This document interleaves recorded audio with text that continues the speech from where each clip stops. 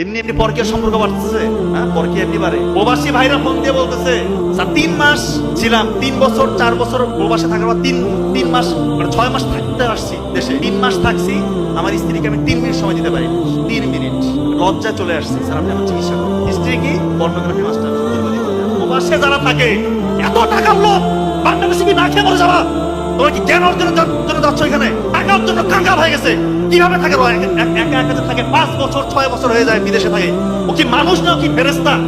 কি প্রতিদিন রোজা দেন নাকি? 100টার মধ্যে 95টার উপরে এই হিস্ট্রি। সারাদিন পরিশ্রম, এত কাজ করে, রাতের বেলা এসে তার শরীরটাকে রিসার্চ করবে, সে ঘুমাবে, সেটা না, সে পর ভিডিও দেখতেছে, মাস্টারবেশন করতেছে, তার শরীর শেষ।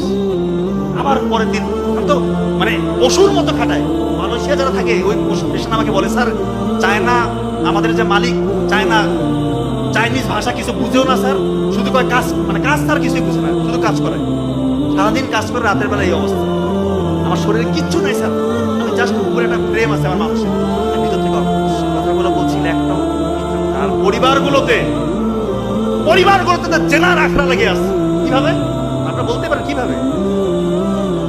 রাসূলুল্লাহ সাল্লাল্লাহু আলাইহি ওয়াসাল্লাম বললো যে দেবর ভাবির সম্পর্ক মানে সব থেকে সেন্সিটিভ।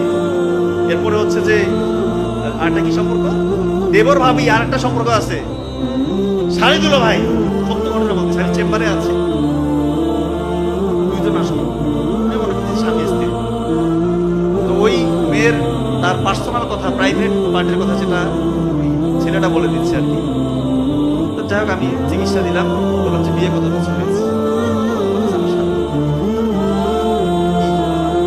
কি করবেন শালিতা, মানে আপনি কেন এখানে? দাঁত কেলায় হাসতেছে। চিন্তা করেন, প্রেসক্রিপশন দিয়ে গেলাম, হুন্ডা বাইকের পিছনে ববো করে টানতেছে।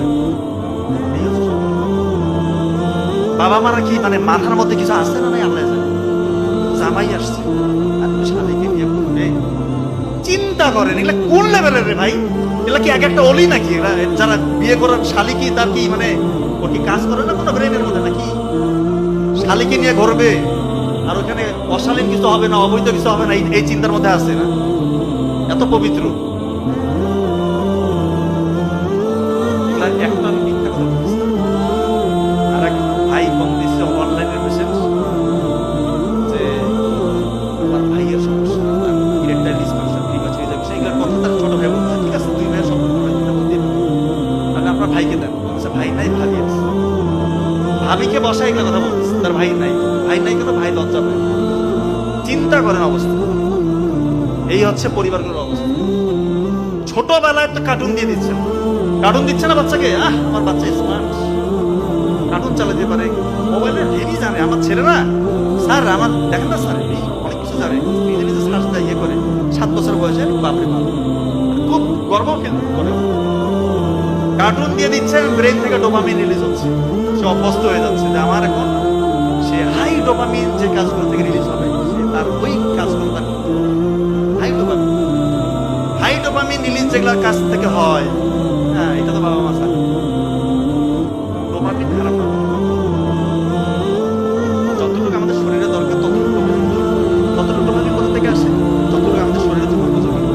মা বাবার সাথে একটু হাসি মুখে গল্প, সন্তান থেকে তার সাথে একটু খেলাধুলা, মাঠে গেছেন বন্ধুদের সাথে একটু খেলতেছেন, ক্রিকেট ফুটবল খেলেন, ব্যাডমিন্টন খেলতেছেন, বই পড়তেছেন, কোরআন তেলাওয়াত করতেছেন, নামাজ পড়তেছেন, আল্লাহর সাথে তাহাজ্জুদে কথা বলতেছেন, কান্নাকাটি করতেছেন, এখান থেকে ডোপামিন রিলিজ।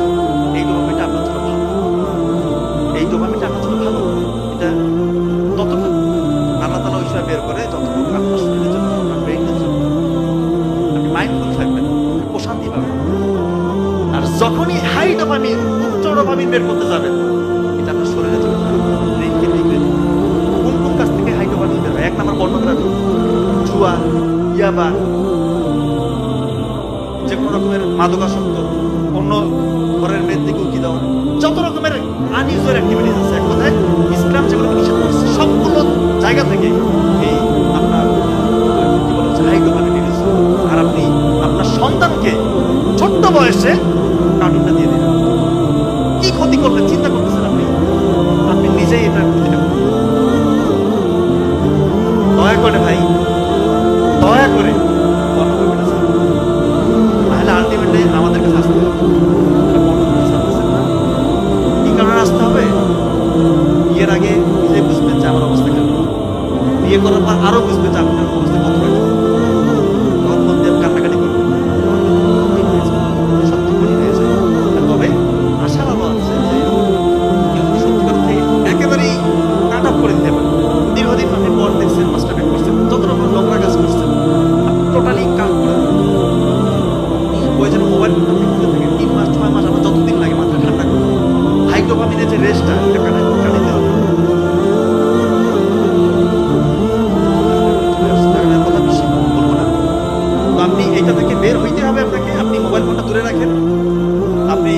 কষ্টই হোক আল্লাহর কাছে কান্নাকাটি করেন, চোখের পানি ফেলেন, আল্লাহ তাআলা আপনাকে সাহায্য করবেন। আল্লাহ ছাড়া পৃথিবীর কোনো শক্তি না আপনাকে এখান থেকে বের করতে পারে, পৃথিবীর কোনো শক্তি নাই।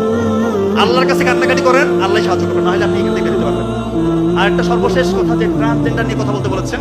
ট্রান্সজেন্ডার হচ্ছে, ট্রান্সজেন্ডার বলার আগে আমি কয়েকটা কথা বলি। LGBTQ, এলটা হচ্ছে লেসবিয়ান, মেয়ের সাথে মেয়ের সম্পর্ক। বি হচ্ছে জি হচ্ছে গে, ছেলের সাথে ছেলের সম্পর্ক। বি হচ্ছে বাইসেক্সুয়াল, অর্থাৎ সে একই সাথে ছেলের প্রতি আকর্ষণ, মেয়ের প্রতি আকর্ষণ।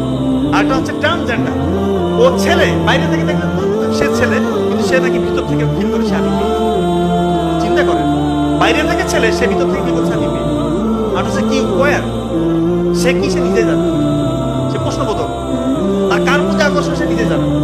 এবং আরটা হচ্ছে এক্সটেন্ডেড ভার্সন, হচ্ছে অ্যাবসেন্স, তার কোনো কিছুর প্রতি আকর্ষণ। তো যেটা ট্রান্সজেন্ডার, সেটা আমি আপনাকে বলি, এই দীর্ঘদিন যারা পর্নোগ্রাফিতে আসক্ত, স্পেশালি এই ধরনের পর্ন দেখে, তাদের মাথার মধ্যে এরকম ফ্যান্টাসি কাজ করে। তারা এরকম চিন্তা করতে করতে তাদের ব্রেইনের মধ্যে একটা প্যাটার্ন চেঞ্জ হওয়ার কারণে তাদের এরকম হইতে পারে। আবার অনেকের জন্মগতভাবে হইতে পারে, সেটা ডাক্তাররা ঠিক করে যে এরকম আসলে হয় কি না। ক্রোমোসোমাল প্যাটার্ন যদি চেঞ্জ হয়, সেটা খুবই রেয়ার। আর একটা কথা বলি, আপনাদের সন্তানরা অনেকে আছে না, ছোটবেলা থেকে মেয়েদের সাথে মানে বড় হয়, ছোটবেলা থেকে সে তার বোন, আশেপাশে শুধু বোন, মা, খালা, নানি, দাদি, কোনো ছেলেদের সাথে তার মানে বেড়ে ওঠা নাই, শুধু মেয়েদের সাথে তার বেড়ে ওঠা। এরকম হইলে কিন্তু তার ব্রেইনের মধ্যে, তার ওই চিন্তার মধ্যে বড় রকমের পার্থক্যের কারণে এই ধরনের ফ্যামিলি থেকে ওই ছেলেদের একটা চান্স থাকে যে পরবর্তীতে ট্রান্সজেন্ডার হয়। আর এটা হচ্ছে যেসব ছেলেরা কসমেটিক্স ইউজ করে, কসমেটিক্স, তাই না, অনেকে কসমেটিক্স ইউজ করে, খুব বেশি কসমেটিক্স ইউজ করে। অনেকে দেখবেন যে কি বলে হচ্ছে যে ফেসিয়াল করে। কসমেটিক্স যে পণ্যগুলো, এখানে থ্যালেট এবং প্যারাবেনাস, যেটা ইস্ট্রোজেনের মাত্রাটা বাড়ায় শরীরে, ছেলেদের শরীরে, তখন ইস্ট্রোজেনের মাত্রা বেড়ে গেলে কিন্তু ওর মধ্যে মেয়ে ছিল বাচ্চা চলে আসবে, মেয়েলি ভাব চলে আসবে। এটা খুবই সিরিয়াস ইস্যু কিন্তু। তাই কসমেটিক্স ইউজ থেকে দূরে থাকেন, কোনো কসমেটিক্স রাখবেন না। মুখের মধ্যে শুধু আলু দেন, আলু পেস্ট করে লাগিয়ে রাখেন, মুখ একদম সুন্দর থাকবে ইনশাআল্লাহ। আর যেসব মেয়েরা খুব বেশি মেকআপ করে, কসমেটিক্স দেয়, লিপস্টিক দেয়, তাদের জন্য বলতেছি, যারা সত্যি বলতেছি, এদের ওভারিয়ান রিজার্ভ কমে যায়।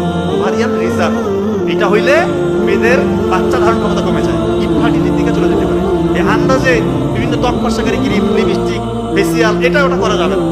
বাড়িতে ন্যাচারালি সকালবেলা ভোরবেলা উঠে ফজরের নামাজ পড়ুক, একটু কোরআন তেলাওয়াত করুক, পানি পর্যন্ত পান করুক, বাড়ির কাজগুলো করুক, দেখবেন